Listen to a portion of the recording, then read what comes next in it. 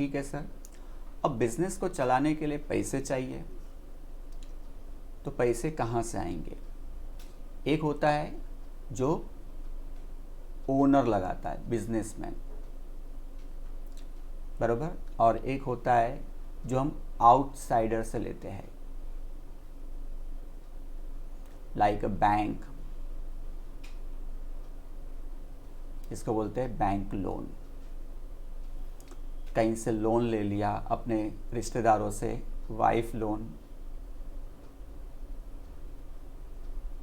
Father loan, mothers loan, ये सब होते हैं। साथ साथ में अगर बिजनेस में हमने कहीं से गुड्स लिया है, परचेस किया है ऑन क्रेडिट, कभी कभी शुरू में यही होता है कि हमारे दुकान में सामान चाहिए बेचने के लिए, तो हमने एक पहचान वाले से कहा कि सर आप सामान हमारे दुकान में भरा दो, धीरे धीरे करके हम पैसे आपको दे देंगे। तो उसने बोला ठीक है, हम आपके दुकान में पूरी तरह से सामान भर देते हैं 5 लाख रुपीज़ का, हम आपको धीरे धीरे करके दे देंगे। तो उसको बोलते हैं क्रेडिटर्स। तो इस तरह से हम बिजनेस में पैसे लगाते हैं। अब आपका एंगल आ गया बिजनेस, बराबर। समझो ओनर ने लगाया 20 लाख और बाहर से अरेंज किया हमने 10 लाख, ठीक है। तो बिजनेस में टोटल अमाउंट आ गया 30 लाख। बिजनेस क्या बोलेगा, 30 लाख मैंने प्रोप्राइटर से लिया है 20 लाख और 10 लाख लिया है आउटसाइडर से। तो बिजनेस के ऊपर टोटल कितनी लायबिलिटी हो गई? 30 लाख की। उसमें से इंटरनल लायबिलिटी है 20 लाख, और इंटरनल लायबिलिटी जो होता है ना, वो लॉन्ग टर्म लायबिलिटी होता है। वो जब कंपनी बंद होती है तब रिटर्न करने की बात आती है। अगर बिजनेस डूब गया तो इंटरनल लायबिलिटी भी डूबने के चांसेस होता है। और जो हमने आउटसाइडर से लिया है उसे बोलते हैं हम लोग एक्सटर्नल लायबिलिटीज। याद रखना, बिजनेस के लिए खाली प्रोप्राइटर ही इंटरनल लायबिलिटी में कंसिडर होता है। प्रोप्राइटर के कोई भी रिलेटिव्स हो, कितने भी नियर बाय हो, चाहे वाइफ हो, हस्बैंड हो, चाहे मदर हो, फादर हो, सबको हम लोग क्या बोलेंगे? Outsider, external liabilities. तो इंटरनल लायबिलिटीज और एक्सटर्नल लायबिलिटीज। एक्सटर्नल लायबिलिटीज का पेमेंट आपको बीच बीच में करना पड़ेगा। 1 साल के अंदर करना है तो उसको बोलते हैं शॉर्ट टर्म लायबिलिटी, 1 साल के बाद करना है तो उसको बोलते हैं लॉन्ग टर्म लायबिलिटी। और कैपिटल तो ऑलवेज क्या होता है आपका? लॉन्ग टर्म लायबिलिटी होता है, owners investment, that is capital. ये तो हमेशा आराम से आपको फुर्सत में देना है। बीच बीच में प्रोप्राइटर इसे विड्रॉ करता रहता है इन फॉर्म ऑफ ड्राइंग्स, ठीक है। तो लायबिलिटी मीन्स क्या हो गया? Amount of the dept on the head of the business, dept which the business have to पे इन द फ्यूचर पीरियड। इसको बोलते हैं हम लोग कर्जा, उधारी।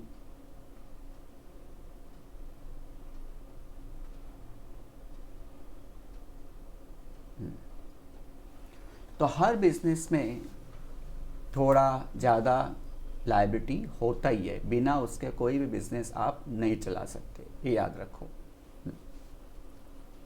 ठीक है। तो मैं इसको और अच्छे से समझाता हूँ। तो ध्यान से, liabilities refers to total amount of debts or obligations that business has to pay or fulfill in future. That business has to pay in the future date. In other words, amount payable by business to others or outside parties at different dates is known as a liability. Amount payable by business to others or outsiders at different dates is known as liabilities. Example, bank loan, sundry creditors, outstanding expense. Electricity bill आके रखा हुआ है, पैसे देने बाकी है, भर देंगे, दैट इज़ लाइबिलिटी जब तक आप नहीं भरते हो. वर्कर लोग का मुझे वेजेस देना है, अभी तक आपने दिया नहीं, दैट इज़ लाइबिलिटी. उसको बोलते हैं आउटस्टैंडिंग एक्सपेंसेस. ठीक है सर.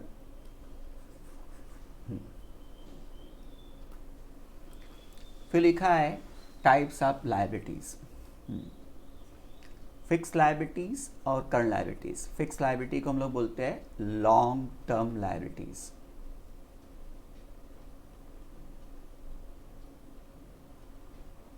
जिसका पेमेंट आपको आराम से करना है. It is return only after a long period of time. Bank loan taken from bank for 5 to 10 years. आराम से 5 या 10 सालों में रीपेमेंट करना है. Capital of proprietor which is paid only on winding up of the organisation. जो proprietor ने, मालिक ने पैसा लगाया, उसका तो पैसा आपको आराम से देना है. Fix liabilities constitutes long term sources of finance.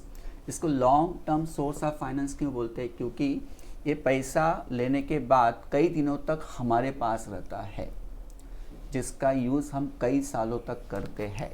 ऐसा नहीं कि आपने दुकान वाले से कुछ उधारी लिया, उसने बोल दिया सर 1 हफ्ते के बाद दे देना, तो क्या हो गया? लॉन्ग टर्म सोर्स नहीं हुआ, वो तो शॉर्ट टर्म सोर्स हुआ. लेकिन जो फिक्स लायबिलिटीज़ होता है, 5, 10, 15 साल के बाद आपको पैसे रिटर्न करने हैं, या 20 सालों में पैसे आपको धीरे धीरे करके रिटर्न करने हैं, that is a long term source of finance. और बिजनेस में दोनों तरह की लायबिलिटीज़ आपको रखनी पड़ती है. लायबिलिटीज़, करंट लायबिलिटी क्या है? Current liabilities which are payable within a year are called a current liabilities. जिसका पेमेंट हमको 1 साल के अंदर करना है. They are short term source of finance. इसको क्या बोलते हैं? Short term source of finance. They are arise in the regular course of business operation.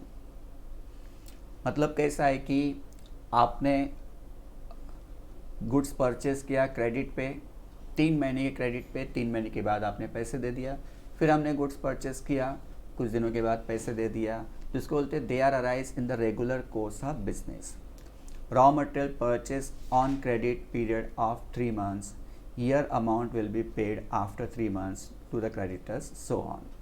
That is a current liabilities. Fix liability का दूसरा नाम क्या है? Long term liability. और करंट लायबिलिटी का दूसरा नाम है शॉर्ट टर्म लायबिलिटी.